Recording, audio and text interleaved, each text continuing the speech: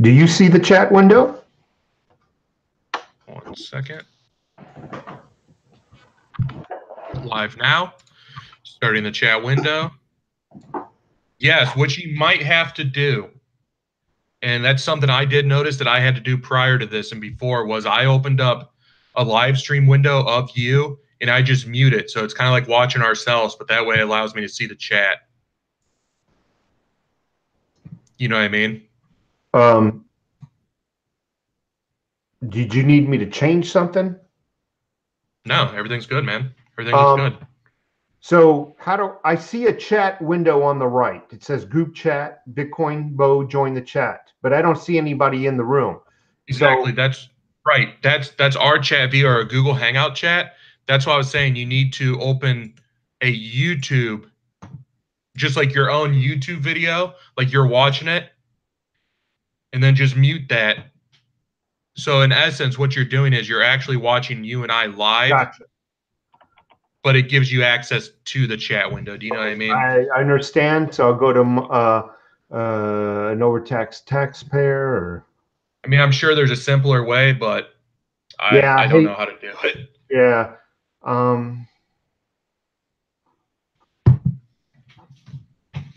Ba-bum. Done. And then mute that screen, and something I'd recommend is click the gear in the bottom and drop the quality all the way down to 144 so it doesn't take up much bandwidth on your end. Okay. And then mute that screen, and something I'd recommend is done. Perfect. All right, we're ready then. Okay, folks, sorry about the technical difficulties. We are live. Finally. I think the problem is, for me, Internet Explorer. This live chat does not like to go through Internet Explorer. Right. So I am here with Bitcoin Beau. And we're going to talk today about silver, gold, and cryptos. Yes, absolutely. So I'm going to start off by once again asking Bitcoin Beau to tell a little bit about himself. The reason why I do this on every video is Bitcoin Beau's channel is still relatively new, and I want people to really know who he is. So go take it away, Bitcoin. Well, I've been trading cryptos for a little bit now. I've been trading traditional stock market for a while. I guess who I am is, like I said, I trade cryptos. I try and break everything down on my channel to be in English, just plain English, so anyone that's interested in crypto can actually get into it. Because a lot of the people, like when I was first getting into it or reading about it, you couldn't really understand what anyone was talking about because they were using terms, technology that you really don't understand or know until you're inside the space for a while. Even the normal slang. If you see someone talking about HODL, HODL, even though that's a pretty basic term, you're going to think that, they're misspelling the word hold, which it is. But, so I guess that's who I am. That's what I am. That's what my channel does. And, everything we say on this chat, we're not financial experts. Everything we do and or say is our personal opinion, our thoughts. When we speak about cryptocurrency token, precious metals, and other markets, we're not financial advisors, and we do not charge anyone for these YouTube videos that we produce. And our videos and opinions are just that, opinions only. So we are not investors. We do not give investment advice. So now that we got the disclaimers out of the way. I agree. I am definitely not an advisor, and everything is my opinion only. And I don't charge for these videos or any of my opinions. I also want to tell everybody that might be in the room. By the way, I'm wondering how many people are in the room right now. I'm not seeing totals, but I just want everybody to know that we are not abandoning silver and gold. I have just a little bit of silver here. We're not abandoning this. Even though we're going to be talking about cryptos, we are not abandoning precious metals. We're not abandoning this. I'm not abandoning gold. in the very least. I mean, not at all. Definitely not abandoning gold, silver, or anything. What we're trying to do is convince people to think about diversification into cryptos. What do you think about that, Well, Bitcoin? well, I mean, I really don't want to say that we're trying to convince people. You know, the writing's on the wall with it. I mean, this is coming up on almost 10 years of the Lehman Brothers collapse. A lot of people don't realize that. Traditionally, right now, the consumer debt ratio is actually higher now than it used to be. So we're not trying to convince anyone to do anything. We're just trying to show that, there has been a potential of failure for the fiat system, and when's the best time to get ready?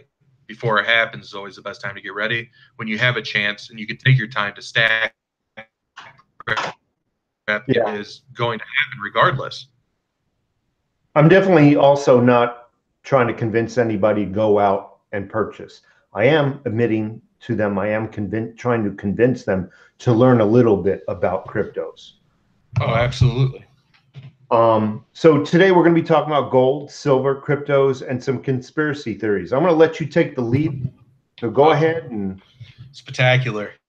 Yeah. Well, I guess let's discuss a couple things. One, big things coming up in crypto over the next month and a half. You have BAKKT coming out, which is actually going to be on NYSE Stock Exchange.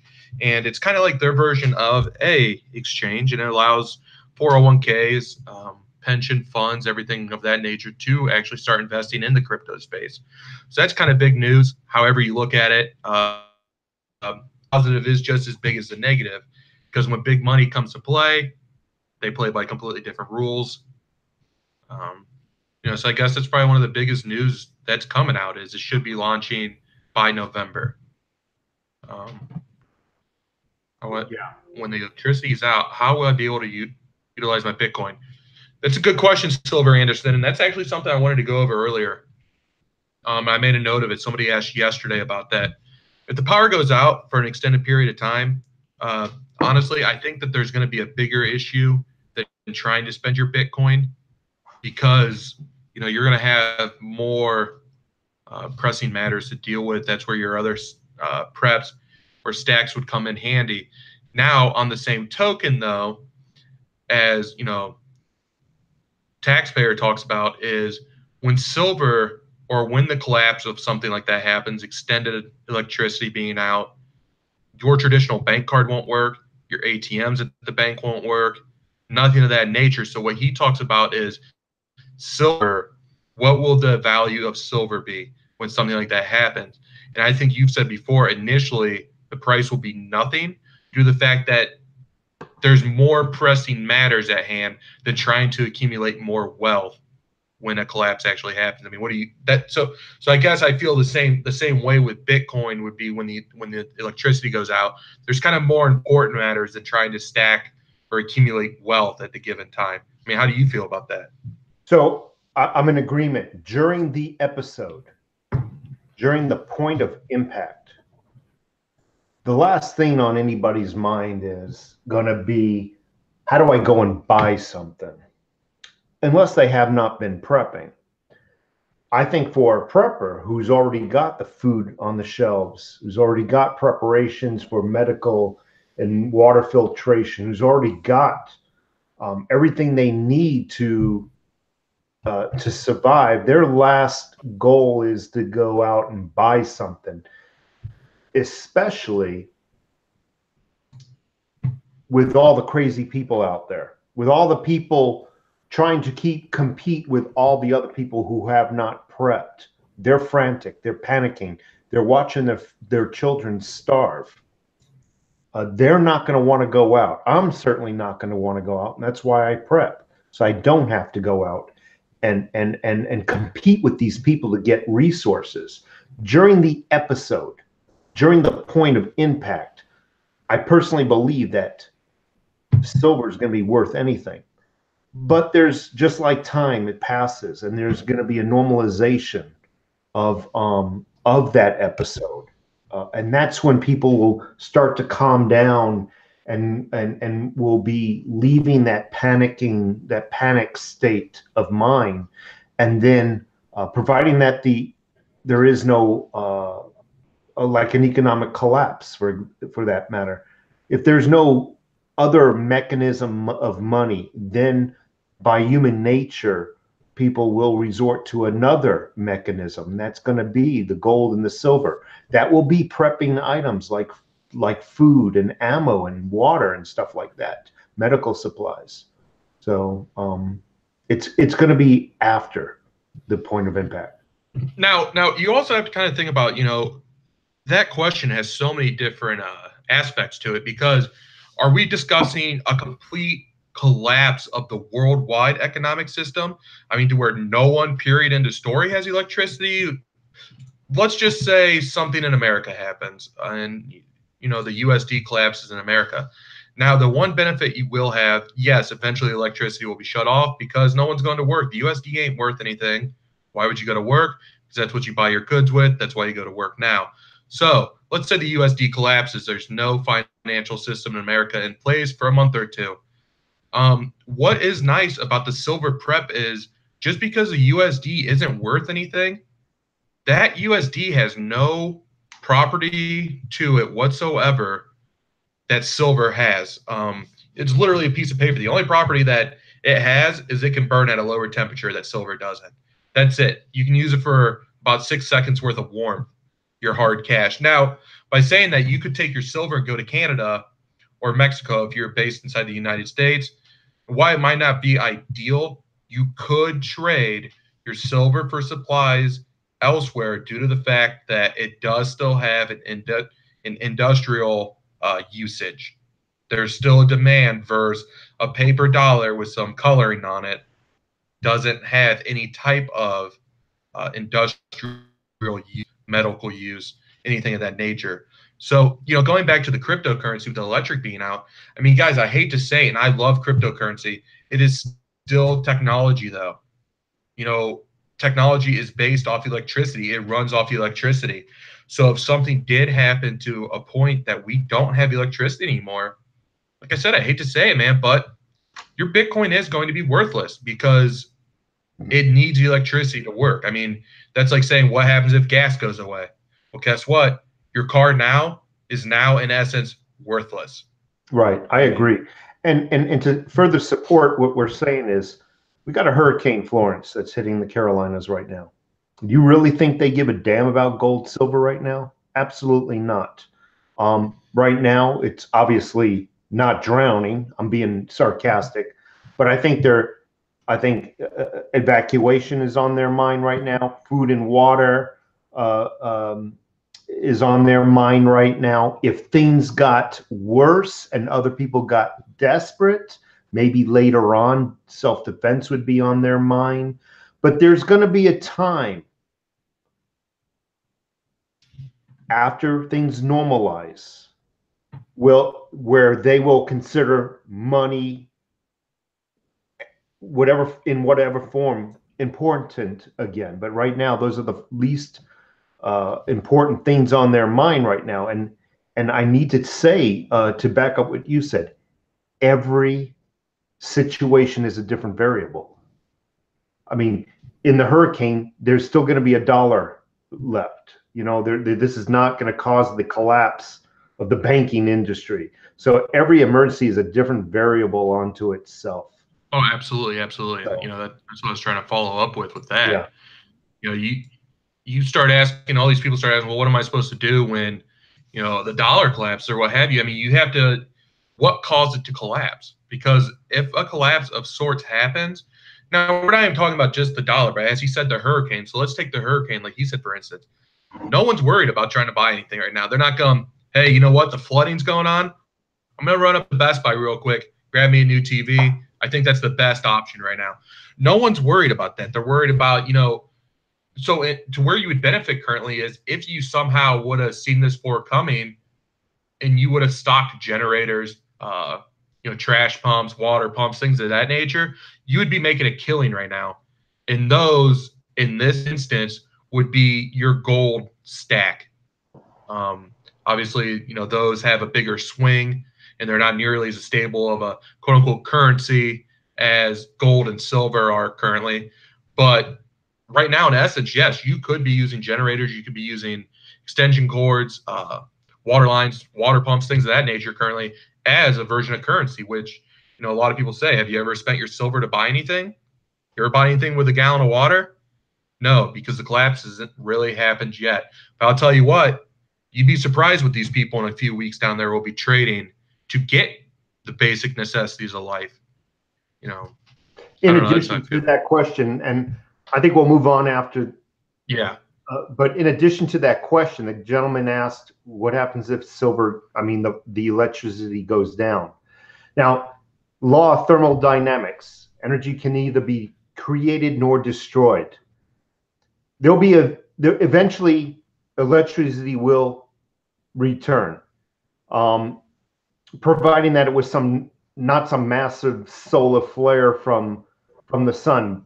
Then we have other things to worry about. But if you keep your cryptos off the network on a hard wallet like this, eventually electricity will return. It will return again, providing that the entire world grid wasn't taken down. And this will hold all your information, and you can always plug it right back in once the grid is up again, once your electricity is up again. So that's why I recommend everybody have either a hard or a paper wallet.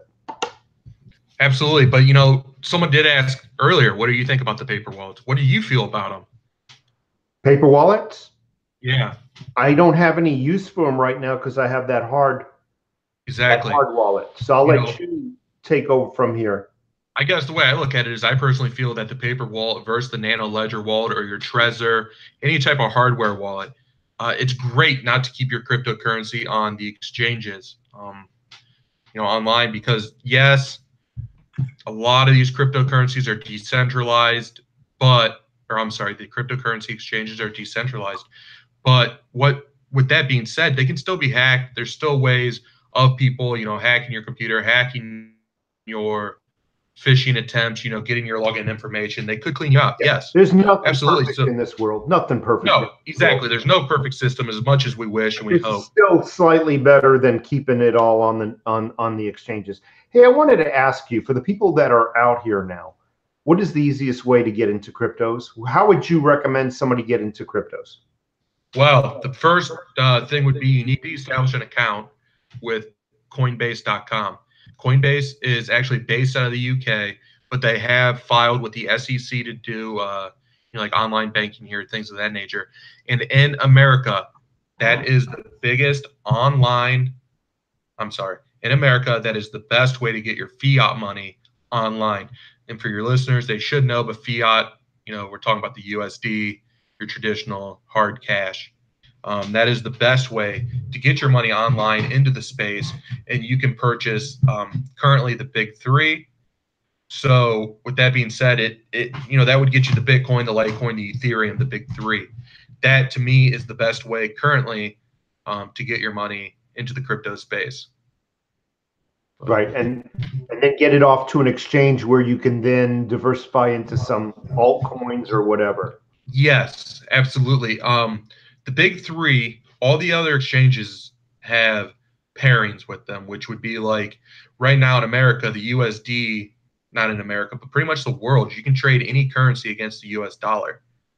Bitcoin on the internet would be, you know, the USD when you're on these exchanges, the Litecoin, the Ethereum, and a lot of them have trading pairs. So you can actually buy your coins using Litecoin, your Ethereum, or your Bitcoin. You can buy all your other alternative tokens. Yeah. So. Yeah. So you mentioned also you wanted to talk a little bit about conspiracy. I don't even know where to start, man.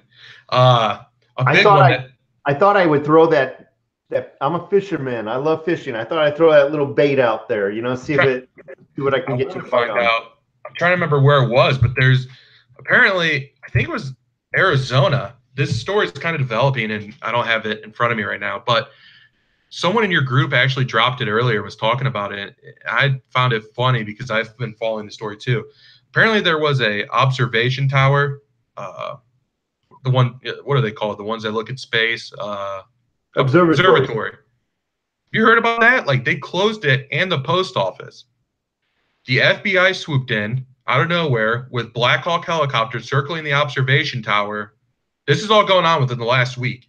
They Yeah, I all heard showed about up. it. Where was that? I'm sorry, I didn't mean to cut you off. I heard about No this, worries. Let me look. but I don't think it was here in Arizona, was it? I don't know, but I mean, the story, like I was reading on the conspiracy website, but this story is getting so big that Drudge Report even picked it up. And that's what So made me laugh about it. Negotiator in our chat room, I don't know if you can see our chat room, is correcting us. This is an actual event that's going on now in New Mexico. I heard about it this morning. Literally a space observatory, a place where even local visitors can come, pay to get in. They normally have gift shops. They normally have light shows, or those type of star shows. Totally closed off. Black Hawk helicopters flying all over the place, and they're not telling anybody. They're not telling anybody what's going on, other than the reports to the local news to calm people down. And I'm not saying calm them down just to pacify them. Oh, nothing's going on. This is purely, whatever they say, a training program or some bull crap. The fact of the matter is, I don't know what it is. I heard about it, though, is what I'm trying to say, Bitcoin. Well, I guess what's going on, and I actually just heard this recently today, actually, and I can't, I probably should confirm this before I say it, but maybe you guys will be able to help me out here. Instead of Googling it, because I kind of think Googling is kind of killing the human conversation anymore, because, how many hours did you used to sit around and try and figure an actual problem out without Googling it? Anyway, what I'm getting at is, I guess Trump supposedly tweeted out that, this September is national, pretty much like preparing month, to make sure you're prepared for in case like a hurricane, something like that happens. And that he said that we need to take cash out, have cash reserves on hand, things of that nature. I haven't seen the tweet for myself. Someone told me about it today. As I said, I might just be, shooting FUD off right now. Fake news. I'm gonna find it. Yeah. Actually, I don't want to. I was telling somebody in my last live stream, I saw something in 1986. Okay. I did, and I wasn't alone. I wasn't drunk. I wasn't stoned. Me and an ex-girlfriend, we saw something, and it was on a drive back from Daytona Beach. We actually stayed late that night, had dinner and whatever. Drove back. It was like 1 a.m. The roads were freaking empty by then. It was on like Interstate 4 between Orlando and Tampa, and the moon was out, so the sky was very light blue. Okay. Basically, anything that showed up in the sky would have shown as a silhouette. So I'm driving from the east to the west, going from Orlando, because you have to go to Daytona, then Orlando, and then from Orlando you go into the Tampa Bay area. So I'm between Orlando and Tampa Bay. I think it's Interstate 4, heading towards MacDill Air Force Base.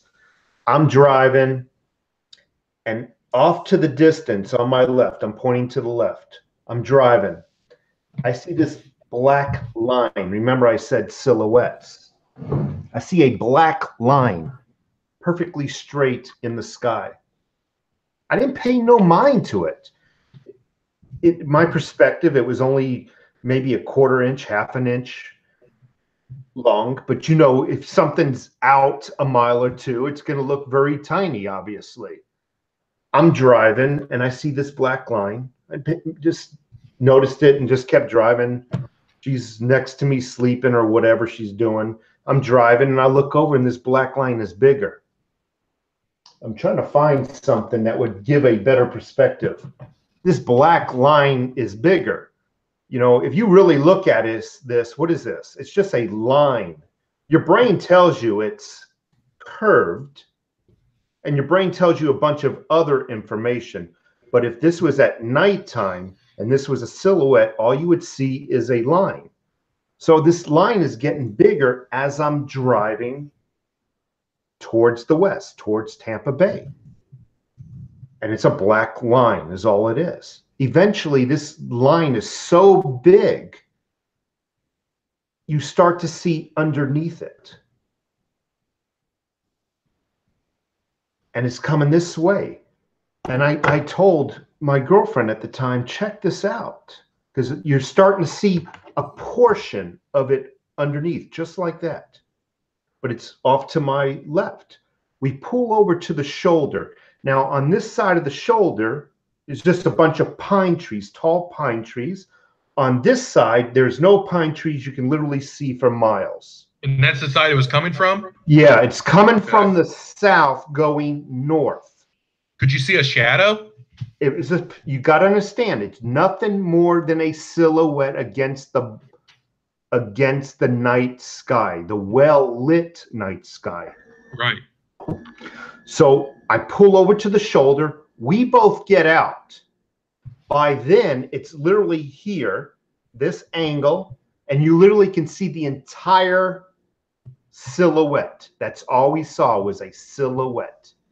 And it is moving about this fast. Wow.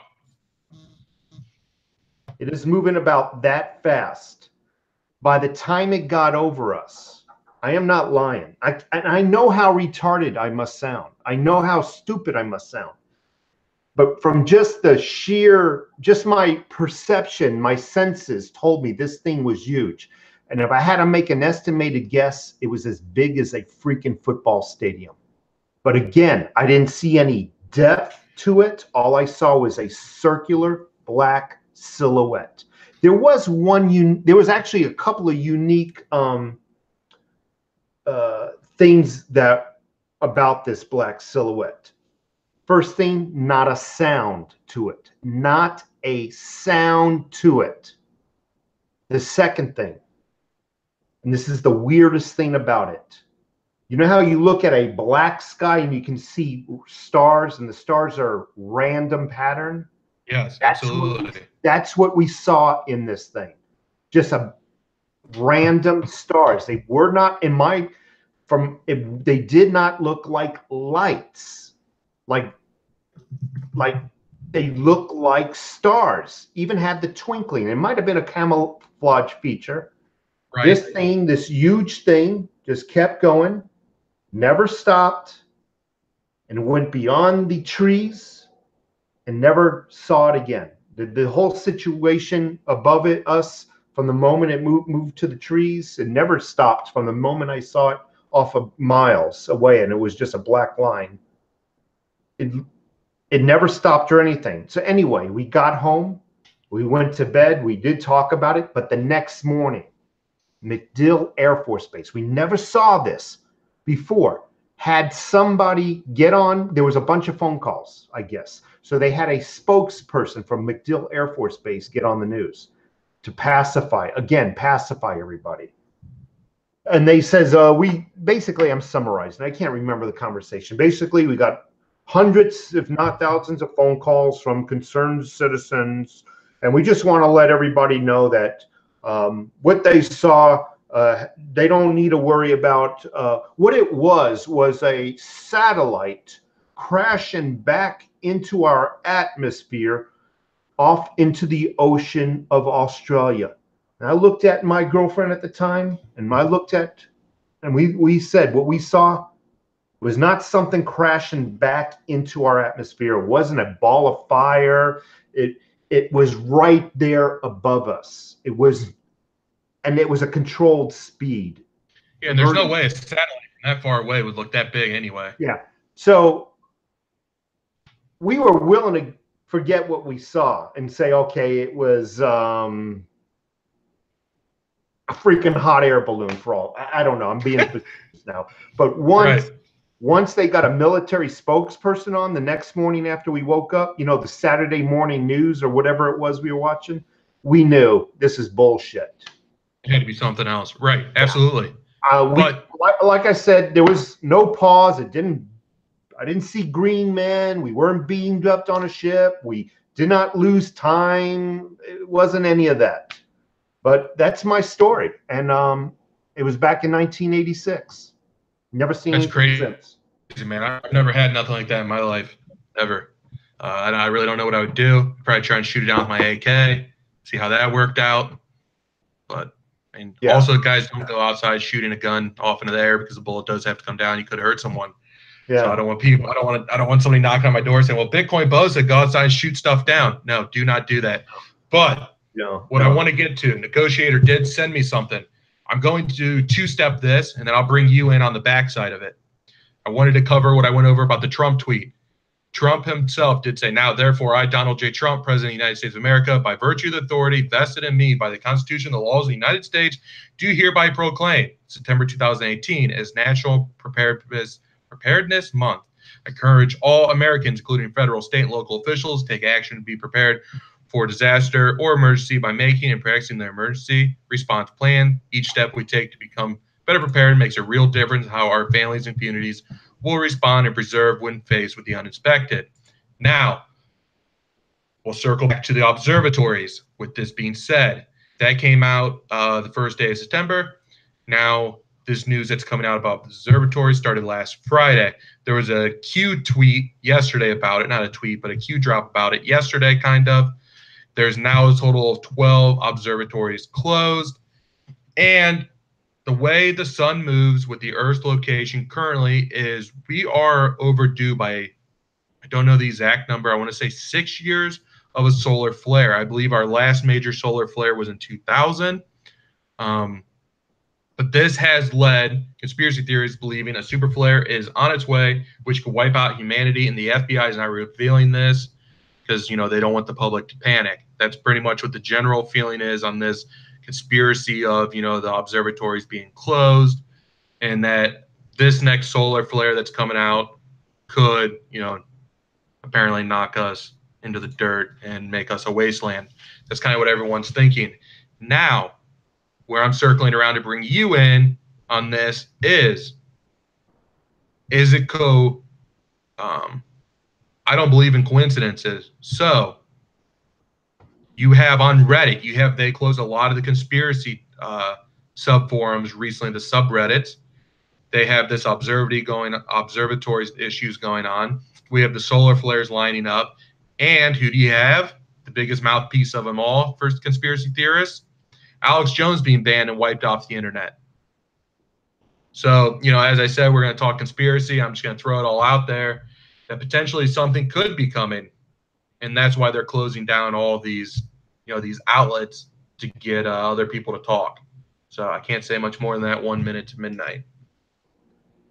So I want to say something. Go ahead. I have some of the smartest, wittiest subscribers.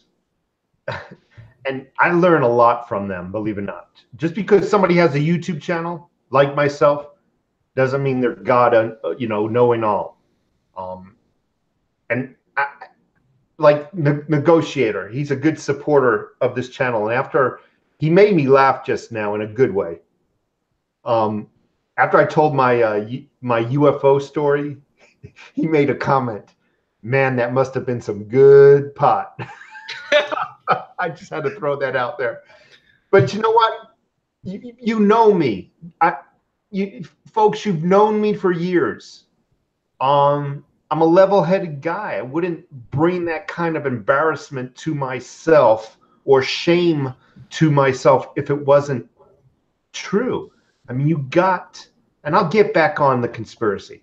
You got a lot of well-educated airline pilots who've seen shit, and they're freaking not freaking loco. They're not. I just wanted to throw that out there. As far as the conspiracy theories, you know, anything is possible, but I get nervous about jumping on a conspiracy theory when it pertains to something that's going to happen. My fear is it doesn't happen, and then it makes us lose credibility. I've been hearing about a solar flare for many years now. And I am in agreement that we're well overdue. But we're also well overdue for that big earthquake from Yellowstone. Oh, absolutely. We're also well overdue for the fiat currency cycle to end. All fiat currencies end. But none of this is happening yet. And I know a broken clock is correct twice a day. My fear is just losing credibility. I don't want to misinform anybody. I think it's kind of far-fetched that a solar flare is occurring, so we are going to just block off observatories. There's so much, if they want to protect and stop the people from panicking in the streets, I think there's other mechanisms that would be better served, better lies that they can come up with. Anything's possible, though. Anything is possible. Yeah, no, and I agree fully with what you're saying, about trying to hop on board, by saying, oh, hey, this is what we think's going on. Realistically, we're doing what they're afraid of. We're having open conversations on an open forum. Well, what we think's open. I mean, obviously that didn't work out for Alex Jones very well, but what we think is, a website or something protecting our freedoms. Right. So what I mean by this is, they kind of fear open conversation. And sure, is there a solar flare coming? Who knows? Probably not. Is the fiat system going to collapse? Who knows? I mean, no one knows. But why not prepare for something that does have potential to fail and has failed before? If negotiator is correct, and if I heard you correct, you got an email saying yes. that 13 more observatories are blocked. Yes. I mean, it's a pretty bad screenshot. It's kind of hard to read what the one thing says, but yes, it shows there's 1, 2, 3, 4, 5. There's 6 observatories taken over by the FBI, and the list of the cameras are down. It's right here, and then it's showing 1, 2, 3, another 6 cameras all over the world, like in Australia, are down. So maybe we're getting invaded by aliens again. If negotiator is right, and I have no reason to doubt him until I get online and double check the information, there is something going on. It could be a freaking meteor for all I know. They don't want people to see what's coming. I mean, if they're blocking observatories, people observing, then they don't want some people to see something. Now the something is the variable that we don't know about. So it is kind of weird. Everything is weird nowadays. Everything's weird. But is there anything else you want to talk about? What? You trying to kick us off already? Wow. Trying to shut this down early. No, I wasn't trying to kick you off. I had somebody yesterday that asked how much a mining rig costs and if I personally feel that it's still worth to try and mine Bitcoin. If you want to switch it up. I get a lot of hate, man, when it comes to cryptocurrency. So much is mentioned cryptocurrency. I get death threats, metaphorically speaking. Oh, yeah, for sure. For sure. I see them all the time in here. One thing, though, is the mining rig cost. I think to build a mining rig that is actually worthwhile your time as a quote-unquote investment is not worth it at all. You're actually better off purchasing Bitcoin and holding it for that type of investment, because for your return on your investment at the current difficulty rate, you won't make it. You will not make it back if you want to be competitive in this space. So for that answer... I was talking with somebody, he said just the cost of electricity nowadays is off the chain, for the mere fractions of altcoins that you might get, or the mere fractions of a Litecoin that you might get. It's just, now when they were in the infant stages, when Bitcoin first came out, it was only worth $1. It was worth something to get a fraction of a Bitcoin, because now shortly after that, Bitcoin went up to 20G or whatever the hell it went up to. Well, yeah, but also with that is when it came out, the difficulty mining for the algorithms, however you say that word, was a lot easier than it is now. It did not take the computing power that you need now to crunch the numbers and do the hash rates as you did then. See, that's what some people don't understand about Bitcoin. A lot of you guys might be new to the crypto scene. Is it's just like silver, gold, oil, and by that I mean it's as time goes on to extract the Bitcoin. Now, when you have all these, quote unquote miners, what they're doing is they're actually crunching the numbers and they're moving the network along. They're the ones crunching the numbers that move the transactions along. And what they get, instead of collecting a fee, they get dished out a little bit of Bitcoin as their payment. Okay. But after X amount of Bitcoin gets mined, the difficulty rate of mining that Bitcoin goes up. So if you think your computer and stuff's obsolete now, you wait till that next difficulty hash rate goes up, the halvening goes up, and the stuff you have now is going to be completely, absolutely junk. So like the 1080 Ti's, for anyone that's ever known anything about computers, the graphic card, those were, before mining got big, were roughly like $250, $200, $250. Now they're selling for upwards of $700 to $800 each. So if you're interested in building a computer, what I'm trying to say is wait for the halvening coming in, I believe, in a year and a half, and you'll be able to get the 1080 Ti's pretty cheap for building computers if that's your thing. A lot of people speculate that the price also of Bitcoin, yes, miners causing cards to rise, that is correct. A lot of people speculate that the cost to mine Bitcoin using older technology is about $4,200 per Bitcoin. That is your overhead after you factor in the electricity and the equipment to mine. Okay, you following me here? Just nodding your head. Yeah, I'm following you, because the more things were mined, the algorithm just incrementally keeps getting more difficult. I agree. Going back to it, the mining days are over unless you've got a complete network, a complete network of computers and whatnot. Right now, it's just best to flat out buy them. Exactly. As you were talking, I'm also trying to go over some of the comments. I got a comment from Jed Veg Scrog Bloom. Overtax. If you're in Tucson and if you stop by Plant Parenthood Garden and Hydroponic Supply Store, say hi. Plant Parenthood? Dude, I say Planned Parenthood. I ain't walking in no Planned Parenthood.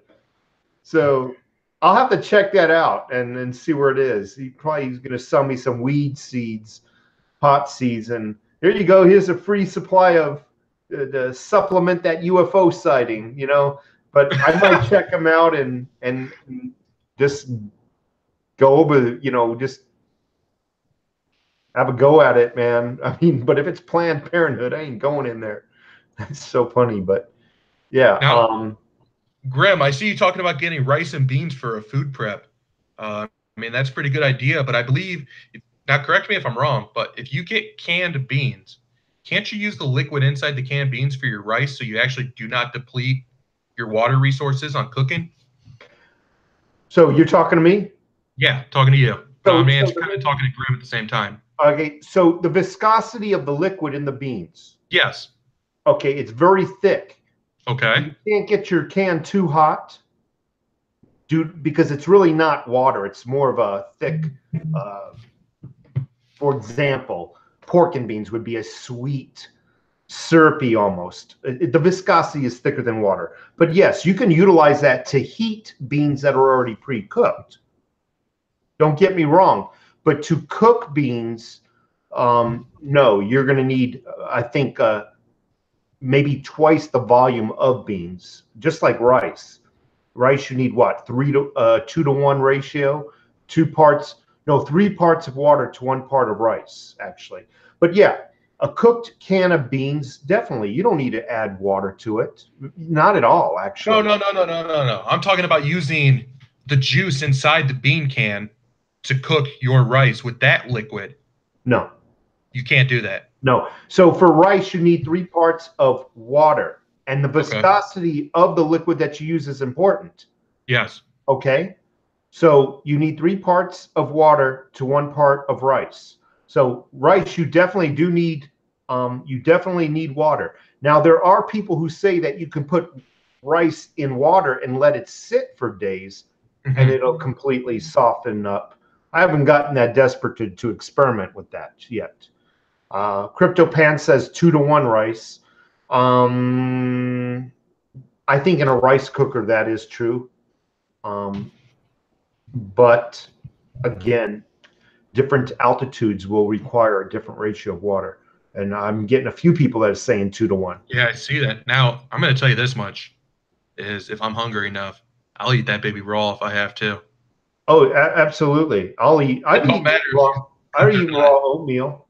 I mean, I've taken pinches of oatmeal, put it in my mouth. I've chewed it. You know, you can eat a lot of stuff to survive. But water is extremely valuable. Excuse me. The medication I'm on makes me freaking hiccup. And that's why I always tell people, get a water filtration. I'm kind of looking over at my Berkey. I can basically I'm not lying, I could take lake water, swamp water, and obviously run it through a sock or some kind of cloth first to filter out the particles that could screw up the filter. But I literally can take lake water, put it in there, and it'll come out like the finest drinking water that you can possibly have.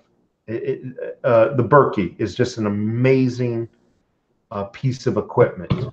And for those folks, by the way, who live near lakes and whatnot, as long as you have a water filtration system, prepping for water is the last thing you really need to do, especially if there's lakes around. And with a Berkey, see, my Berkey has I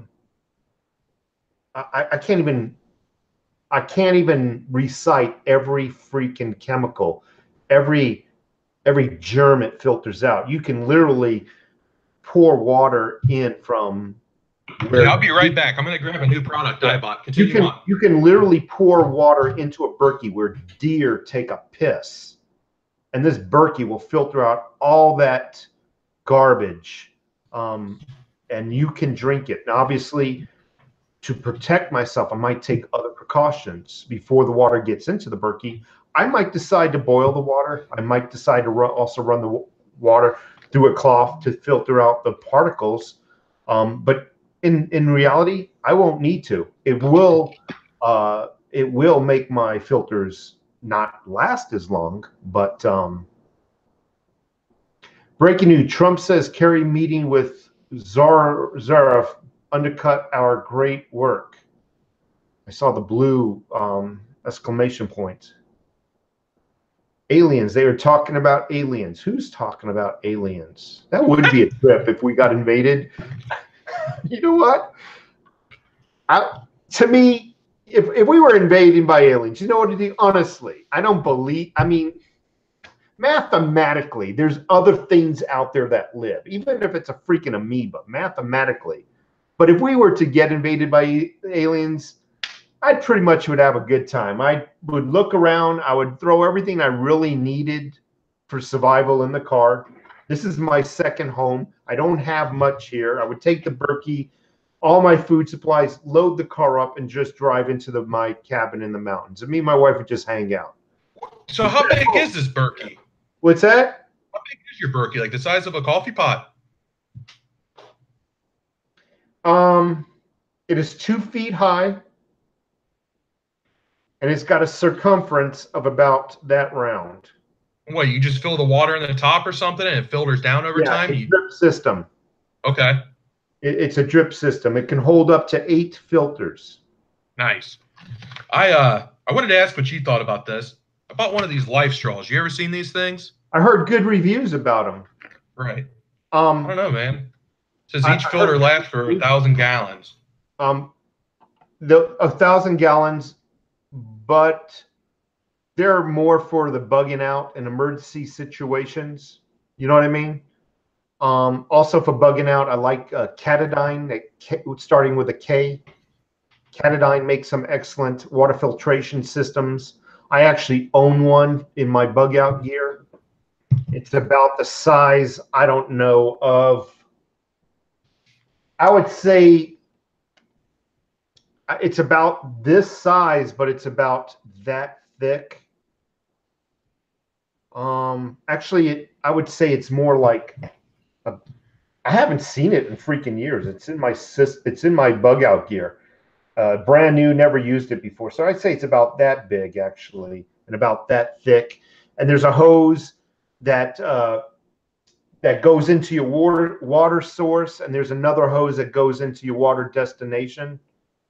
So check that out. I'm sorry. I was reading James S. How about a Charles Berkey from the Phoenix Suns? I'm telling you, man, I got some of the best subscribers. They're so freaking smart and witty. They really are. Now, video someone's Golden State Times on YouTube. I never heard. People have asked this. William Barnes is in the house. I used a life straw on a cruiser after hearing, like I said, the life straw. It might be gimmicky, but it will get you. I'm just responding to comments, but it will get you through an emergency. No, okay? Absolutely. I'm using it just as a supplement to my water prepping. Right. Carrying gallons of water. I know will it provide bottled quality water? Probably not. I think. Will it keep me alive? Probably. That's key. That's the key. Will it keep you alive until you can find help? Yes. Now, when you were in the military, in the Army, one question. This could be a yes or no. K, big rogue, asks, does the Berkey filter salt water?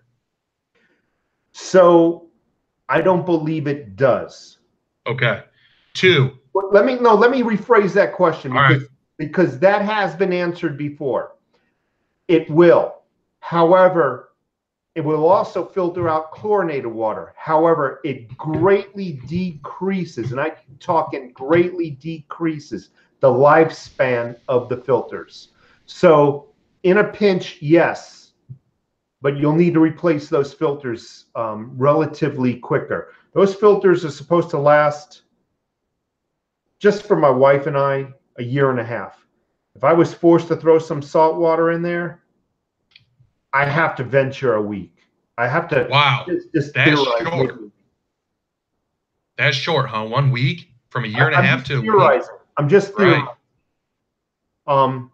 Salt really has a corrosive property to it. The filters will filter out any molecule up to the porous size that they're made.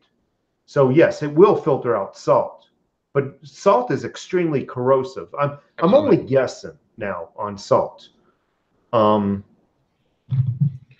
my second question was, obviously in the military, I believe they also taught you, as we're going back to, the life straw isn't exactly the best thing. You want to stack a whole bunch of water. Sergeant Killjoy, I'll answer this real quick before we go off. So is a mining rig worth it or just a waste of money? Currently, in my opinion, waste of money due to the fact that what you'll need to put in to get an operational mining rig that's going to make you kind of, like a force to be reckoned with. It's going to cost you a lot more money than you're going to get on your return before the next half inning, and the difficulty goes up. 2, back to the Army thing. I believe that, in a lot of survival training, they also teach you that it's better to be found sicker than hell than found dead. So even in a worst case scenario, if you know help, let's say, is on the way, drink that dirty water, because yes, it'll screw you up bad, but you will live 3-4 days to get you to a medical facility. Correct? I mean, did they teach you that? Yeah. I mean, just human nature, people have gotten desperate enough where they've been on a boat so long, a stranded boat, and they've drank in salt water. Human nature is going to push them to consume anything to survive. My only advice is to consume those items at the very last moment when your chances of being found are at its highest. Ryan James just mentioned, I have a Berkey system and a separate radiation arsenic filter from other company. Okay, that's awesome. I also wanted to mention something. You can drop some silver in some water also. Absolutely. And this will, believe it or not, kill off some very bad germs, believe it or not. Obviously, I would boil the water first because I think that would be more efficient. But everything has a use. Everything can do something. Fill your bathtubs before it gets crazy. Yeah, you can drink the water out of the toilet. Honestly, shit, I'll drink my own freaking out of my toilet. When it comes down to it, Yeah, I ain't why not? drinking out of a toilet that Obama pissed in, though. I'd rather be found dead. Just fucking wrap me up and throw me out. So let me ask you this. You have to spend a day, okay, on an island. You got to hang out with somebody. You hanging out with Hillary or you hanging out with Obama? You have to. That's it. That's the two choices. I tell you what, I probably would hang out with Obama. I'd probably... Man, at least you know he ain't going to shoot you the second you turn your back like Hillary. No, I see her as actually even more evil than Obama. Oh, absolutely. There's something about her that is downright scary. And I bet you in real life, what is she, all but 4 feet tall? 4'9"? Like a small gremlin running around? She's small not troll. But there's something very evil about her. I mean, Obama, you know what you're getting. You know, just back in the day, they dropped silver dollars in milk jugs and to make it keep longer. Brandon Curry mentioned that. That is correct. It's exactly what I said. Silver has property. Colloidal silver used to be used as an antibody or penicillin type of thing. A lot of people don't realize that. People who are in the jacuzzi or the hot tub industry will tell you also there are things that you can put in your water that are made with silver. I want to say this correctly. There is a filter that has silver properties in it. So silver can be used to make colloidal silver. And that's just running an electric current through this. That's all it is. It's running an electrical current through distilled water while this... No, it's running an electrical current through this while it sits halfway in distilled water. And the silver that leaches out into the distilled water is considered colloidal silver. True statement. A lot of people laugh when I tell them about silver. No, I like it, man. I like silver. I'm actually trying to learn more and more about the medical properties of it, the other physical properties that it actually has. I can keep going, but I'm going to do two things real quick. One, I'm going to reintroduce who I am. I'm Bitcoin Beau. I have a crypto channel here on YouTube. Actually, AOTTP actually got me into the YouTube. He said, you got to make one. Started making them. He got me into silver stacking. I enjoy his videos. Great, knowledgeable guy. Two, I did see a comment. Well, 2A. The reason we're so sporadic is we're both reading comments. We're both taking notes. We're each hopping around in the comment chat, going back and forth here. So that's why this chat might seem sporadic. I agree. We're trying to talk about what we want to talk about, but we're also addressing various questions. So it seems like we're unfocused, but we're trying to accommodate the people in the chat room, and we're trying to talk about what we wanted to talk about. I also too wanted to comment on something. And this is more of a joke. Denver Garrison corrected me, saying Hillary is 5'5". I just wanted to ask Denver, is that her penis?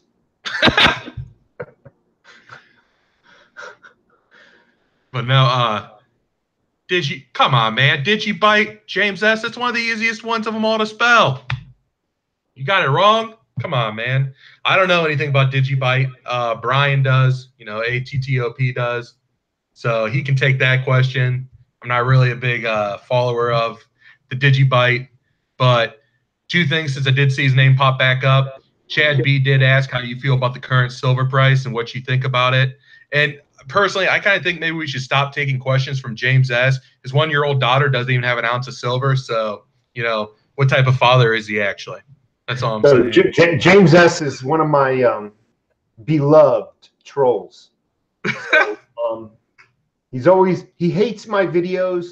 He hates my philosophy. He hates silver. He hates cryptos. He hates this channel, but he keeps coming back. So what do I think about the silver price? And I know a lot of people have heard this before. I can see a lot of recognizable names in the chat window. That's what I'm pointing at. So for those people who just tuned in, we're trying to get silver. We're trying to hoard it. We're trying to collect it for our future. What sense would it make if silver price right now jumped up to $100 an ounce? It would defeat our purpose, folks. We would not be able to buy and accumulate as much. I'm telling people, rejoice the low silver price now. We are not day traders. We're not stock market traders. We don't buy one day in hopes of making $1 the next day.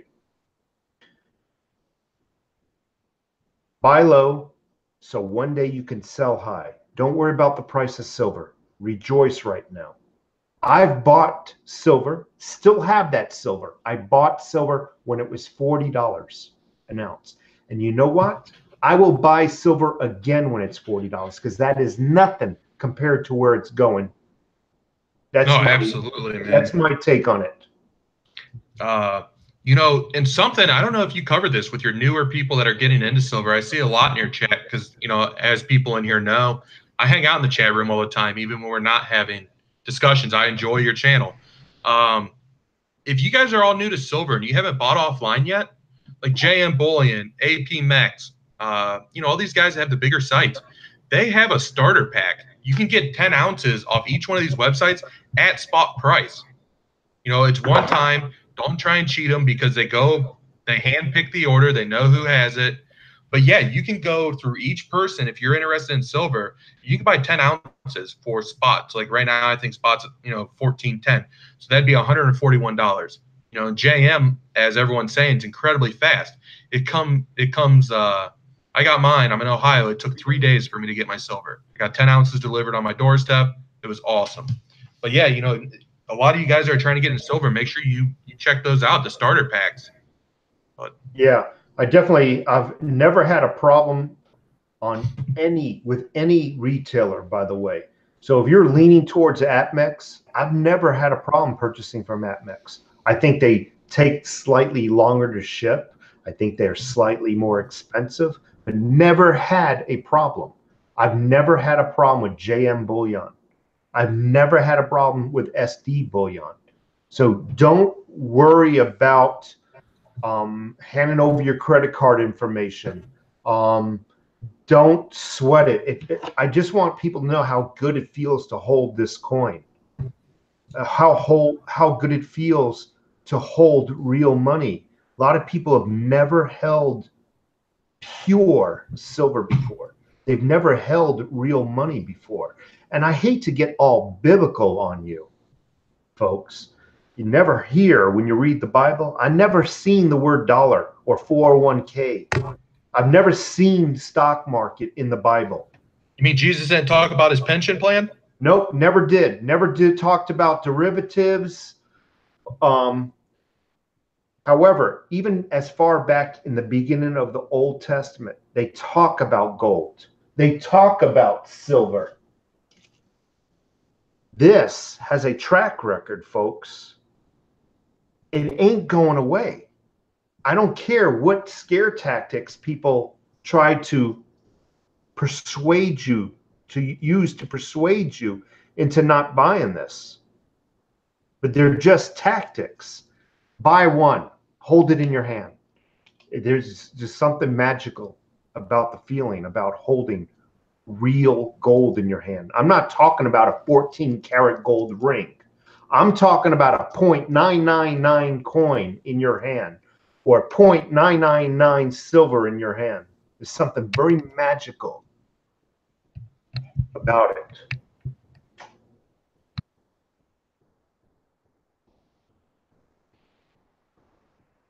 my God. All right. I bought this new mic today. Couldn't figure out how to unmute it. I had to cough. Now we're back. Anyway, so I think they covered Chad B's question. Yes, but as you said, silver and gold is one of the oldest forms of currency. A lot of the coins back in the Roman days were actually made of silver and gold. They're actual day-to-day coins. I guess yeah, absolutely. What I wanted to do, though, really quick, if everyone wants to open up Notepad real fast on their computer or grab a pen and paper, I have a list right here of actually all the companies that do the face value. If you don't mind, you have face value of silver, right? Starter yes, pack? for the first-time buyer. Yes, okay. It will allow you to get 35 ounces of silver at or pretty close to spot price. Which, I mean, for a lot of people, that's a pretty decent stack. That's more than. I think the numbers came out that most Americans would have an issue even scrambling together $400. So 35 ounces of silver, you're almost right there. You got a bold, precious. Now, with us saying this, we're not sponsored by them. We don't make any money off of them. We're not vouching for the company. I'm just giving the facts of what they do. Bold, and we don't make no money off these companies. We're not affiliated with these companies. Nope. We're not sponsored by these companies. We just give this information to help. Just giving our knowledge to you. That's all. Bold Precious Metals does 5 ounces at spot with $5.95 shipping. JM Bullion does 10 ounces at spot with free shipping. SD Bullion does a 1 10-ounce bar at spot with $7 shipping. That code is silver23 for that one. Silver Gold Bull, BULL, does a 10-ounce bar at spot. Money Metals Exchange does an employee pricing starter pack, which it's 4 ounces at $1.75 above spot. But then you can also buy up to another 16 ounces for like another 30 cents, but you have to do it all at one time. 30 cents above spot over the 175. So let's call it 210 over spot. Monument Metals does 1/10 of an ounce of gold at spot, and they'll do $10 face value and 90 silver starter pack. So $10 worth of junk silver at silver melt value. So like right now, I think that'd be like 110. I hope we can repeat this later. I am driving. Crypto Pants, you can watch this later. Now, I meant to ask you about that silver you're showing. Those 1 ounce bars? Yeah. Have you seen, now I don't know if I maybe dreamt this or it was real. It looks like a piece of paper, for instance, and it might be like a 10-ounce flat piece of bar, but it's cut to where you can like snap metal off. Have you ever seen anything like that? You mean it's perforated to where you can break pieces off? Yes, sir. Yeah, I've seen those. And there's just one company that puts them out, and I don't recall it, the name of the company. And it is kind of cool. However, man, they're expensive. Really? Yeah, they're really expensive just to get that perforation in and to break out. I think one bar has like 30 or 31 1 gram size. Well, 28 grams is 1 ounce, so it might be a 1 ounce slab with 28 right. 1 gram but it's pickoffs. Flatter, so you can break them more easier. So I mean, that's actually a pretty cool idea. A lot of these people are saying, how are you going to spend your money to buy stuff? I mean, right there's the answer. Right. And that's why I always tell people the largest I go is maybe a 10-ounce bar. It's kind of like walking into a freaking Circle K with $100 bill. They're not going to break it for you. So the largest my bars are just 1, 5, and 10s. That's my increments. You get these people who are like, I'm going to buy a kilo bar. And that's fine if you want to just stare at it all day. But when you want to go sell it, you need to find the right buyer, somebody who can.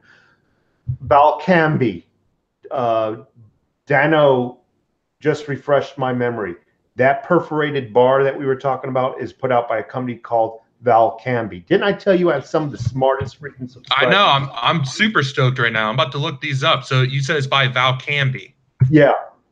Nice. I'm telling you, my subscribers, they're freaking, they're freaking geniuses. Except for Ray S. Good old Ray S. Poor Ray S. But I love my trolls. I love my trolls because it gives everybody else something to laugh at. no, I You know what? agree. Chances are it's some 14-year-old kid sitting in his freaking underwear in his basement. Doing a shake weight. You're right. Yeah. Somebody asked who I was. Alex Undercoffer. I'm Bitcoin Beau. I chat in here a lot with him. You know, in the side chat while he does his live chats. I have my own YouTube channel, Bitcoin Beau. Believe it or not, it's what it's called. Pretty much go over cryptocurrency because he wanted me to get into it because I explain things in pretty much common English. And I talk to everyone like you're a normal person. I don't sit here and use giant terms. I don't put any type of frills, no little stupid intro music. I want to say I'm kind of like him. I just kind of like to come in, drop some knowledge, chit chat with people, be open to the idea of things. And I don't dress it up. I don't try and use bigger words that no one understands. I just come in, have a good time, bust out some crypto knowledge, and I leave. So Yeah. I'm going to go ahead and plug it. At 1,000 followers, subscribers, whatever you call it, I'm giving away a Litecoin. And everyone right now is getting super excited about the Litecoin. I don't know if you've been watching that by chance over text. Have you? Yeah. And I keep freaking getting frustrated every time the price of Litecoin goes up in Bitcoin. And it keeps going up, and I'm just getting angry because I want it to go down. It's that mentality. I want it to go down so I can get some more. But I wouldn't in this morning. It was like $3 hot for Litecoin. It was like $3 more today than it was like 2 days ago. And I was like, damn it. You know, so yeah, it's going up, slowly going up. And there is actually, by the way, a Litecoin summit going on right now, providing that it hasn't ended for the day. But yeah, I love it when the price of silver goes down. It's people are in the wrong mindset. I said it before, but people are in the wrong mindset. They get angry when the silver falls. They get angry when the silver price doesn't rise. Right. Okay. I mean, you know, if from you an want to go investing sell it, standpoint, yeah. it makes sense. Let the price go down, average down, guys, because a lot of you people that are in here are starting to get into it. Now's the golden time. If you wait for a lower price, guess what's going to happen? You're actually going to get priced out. The lower price isn't going to be there. Sure, you might get a lower price of 50 cents, but I mean, not to be rude or displacing, but how much silver are you really going to buy right now that you're honestly worried about the 50-cent price difference? You know what I mean? And then also, Anita brought up a great idea here, talking about Peter Schiff. I believe that Net, maybe Anita. Peter Schiff offers one of those cards in gold, or he used to anyway. She's talking about Peter Schiff with gold money. You and I discussed that in our last video we had about how he offers kind of like a BitPay for Bitcoin, but he'll give you a debit card where you can actually spend your gold and or silver holdings out in the market. And his card he offers is actually a solid gold card. Right. I saw that card, by the way. Solid gold, man. Yep, killer. Yeah. You know, and also something I would like to hit on, the return rate on silver, guys, isn't going to outpace if you have a credit card loan, you have a major car loan. I'm talking anything over 3.5%, 4%, 5%. You're not going to get a rate of return on your silver as you are diminishing your actual wealth by paying these higher percentage points on your existing debt. So I'm all about stacking silver, but if you're going at it with a large amount of debt, I personally feel you are going the wrong way. I mean, how do you feel about that? No, I don't. That is so foolish to take on debt to buy silver, because what is the rate of growth of silver lately? Not much, I'll admit it. But what is the rate of growth on debt, the interest rate? Yes, absolutely. Exceeds what silver is capable of. I will say though, to pay off debt, you have a 401k loan. For me, I say it that way, for me, because I'm not a financial advisor. For me, it was well worth taking out a 401k loan about 3 or 4 years ago to pay off debt, because that debt was like 15.9% and 9.9%. And when you take out a 401k loan, you're actually not paying a bank back. You're paying yourself back. You're paying your own account back. and Yes. at like 3% interest. So I traded basically a 19.9% average interest rate debt for a 3% interest rate. So for me, it worked out really good. It's been 3 or 4 years. I haven't noticed any adverse effects. I'm slowly paying myself back. Right now, this Litecoin, everyone, as I said, is starting to go crazy about Litecoin. The recent pump with this Litecoin that's going on today is because it's getting listed on Gemini Exchange. Now, Gemini Exchange in the United States is also a fiat on-ramp. So what I mean by that, it's an on-ramp and an exit. So you put money into the market and take money out of the market via that, just like you could Coinbase. Gemini is kind of like Coinbase's little brother. The Winklevoss twins, I believe, own Gemini, which if you know anything about Facebook or that, they're also but Gemini is also cheaper. Okay, see, I use Coinbase only. I didn't get accepted into Gemini because their KYC procedures, which is know your customer, is a little tighter and stricter than Coinbase. I'm not on Gemini either because it is not available in the Tucson, Arizona area. Yes, and it's not available in Ohio neither, so I can't get on there. And but that's it's how that cheaper. works. You get on it. I know yes. KSNP4 uses Gemini. Okay. And then somebody else actually asked earlier, what's kind of the point of Litecoin? What's my take on it? Bitcoin would be your gold, your silver, your trapped wealth, let's say, and your silver or your Litecoin is like its little brother. So what you're going to do is if you want to buy a house in a perfect world, this is the perfect world scenario. You would use your Bitcoin to buy a house. Okay. You're lucky in the big, now I'm talking in the big scheme of things. You're lucky if you have a quarter of a Bitcoin, because Bitcoin in this future perfect world we're talking about is, $1 million a coin. Okay. So you're lucky if you have a quarter of a Bitcoin that's 250,000. You're like, hey, I'm going to cash out, buy a house, 250,000, gone. But Litecoin, you got to pay your internet bill. You got to pay your light bill. That's where Litecoin would come into effect. It is a faster transaction time than Bitcoin. So it's great to use as, like a daily transaction currency. So I hope that answered the question. And yeah. So I'm just curious. Somebody just said they're from New York, and anytime somebody says they're from New York, I'm always like, all right, what part of New York? But I can't, that message just went by really fast. So oh yeah, pumping your Rusty septic tank. I live in New York. It sucks. I'm just curious, Rusty, what part of New York you live in? But yeah, so basically think of it as denominations. Bitcoin is your large denominations. Litecoin is going to be your medium. That's great, man. That's a great way to look at it, actually. That's a great way. Your Bitcoin's your $100 bill. You can't walk into the gas station typically, buy a pack of gum and a $100 bill. They're going to say, you got nothing smaller? Right. Same concept. That's a great way to look at it. Right. Denominations, as it sits today, they have speculated that once Litecoin gets going,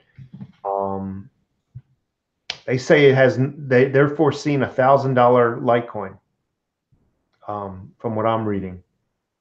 Once everybody's got the Lightning Network implemented and whatnot. Oh my God, the New Yorkers all showed up. You got Matteo talking, he's from Queens. You got Silver Anderson talking about he's from Queens. Oh my God, more of the New Yorkers are showing up. Yeah. Every time. I'm from the Bronx, folks, if you never knew that. I'm from the Bronx. Oh, we know. You talk about it all the time. Where's Bugsy? He said he was coming. Yeah, Bugsy's from Queens. Yep, he said he'd be on tonight. Yeah. Bugsy's from Queens. I also used to live, I was born in Brooklyn, raised in the Bronx. I lived in the Hudson Valley by Spring Valley. I lived in Buffalo, New York, just outside of it in a place called East Aurora. I mean, if I can afford it and there was any work in the damn state of New York, I would move back there in a heartbeat. In a freaking heartbeat. I've never even been to New York, man. So if there's any good companies in New York and you're looking to hire me, just saying.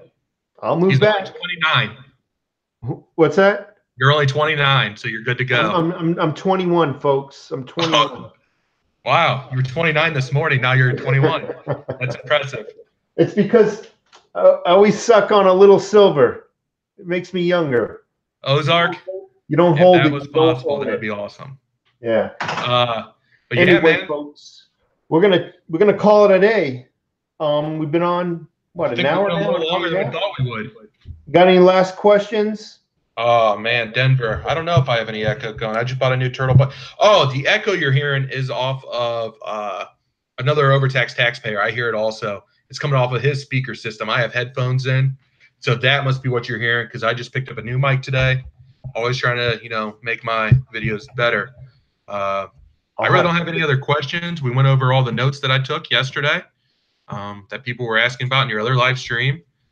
So, I mean, if you don't mind, you mind if I plug my channel one more time? Go ahead, man. All right, man. Bitcoin Beau. What I like to do, no frills, no stupid music intro, no nothing. Just drop knowledge. Your time's valuable, just like mine. Come in, drop knowledge, speak plain English, try and explain everything to you. It's Bitcoin Beau on YouTube, bitcoinbeau1@gmail. If you want to hit me up, private messages, whatever you want to do. Give away at 1,000 subscribers, 1 Litecoin, which ain't worth a whole lot today, but $50 is $50. In January, it was 400. As always, make sure we subscribe to another overtaxed taxpayer. If you are not here, we do appreciate everything. What is a better wallet? Trends or a ledger? I have a ledger, so I'm happy with the ledger. Make sure we like the comments, not the comments. Make sure you like this stream that we had. Also, we both don't care if you like us or you hate us. We just enjoy doing this to spread knowledge to people. So make sure you comment, tell your friends, and all that jazz. You got anything else to add? No, I just appreciate everybody taking their time out of their busy schedules. Honestly, Absolutely. Just hanging out with us. Yeah. I mean, I enjoyed myself. We held about 80 people all day. I enjoyed myself, man. I enjoy, and I enjoy reading some of these funny comments. Oh, I do too. And I see how you get hung up trying to read comments and talk because you were trying. I would zone out when you were talking sometimes. I'm watching and reading and laughing these comments. Some are just freaking outrageously funny. They're trying to make me laugh, I think, a lot of times. Right. And I just have a good time. Anyway, folks, you have a great day. 1 second. Okay. I want to answer this before we go. Someone said, can you write out those starter pack guys? Literally Google starter pack silver and then type Reddit. It's going to be the very first link that comes up. It says silver investor starter kits. And then down a little bit further, there's one that says definitive list of dealers that have starter kits. Those are both very good information to read, and that'll help you guys out. And also findbullionprices.com helps you relocate your silver. Sorry to cut you off for the third time when you were trying to do your outro. Hey, I meant to ask you one last question. So here's the Nano Ledger in case anybody wants to see what it looks like. It holds your crypto safe offline. But I had a question for Bitcoin Beau. When you type in Nano Ledger and go to Google Images, it actually shows a value of what you store in some of the images, like $4,000 or whatnot. Is that just a does that really happen, or is that just photo editing? Now that I've had a ledger a little longer than you, I personally believe that it is not real.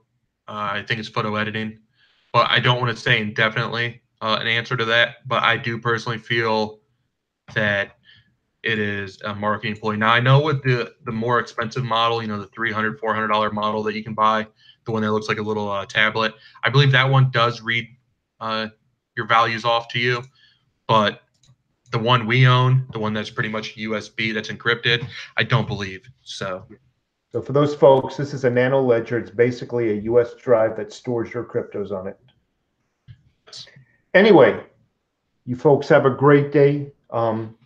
Give me a thumbs up. I really would appreciate it. I got no shameless plugs.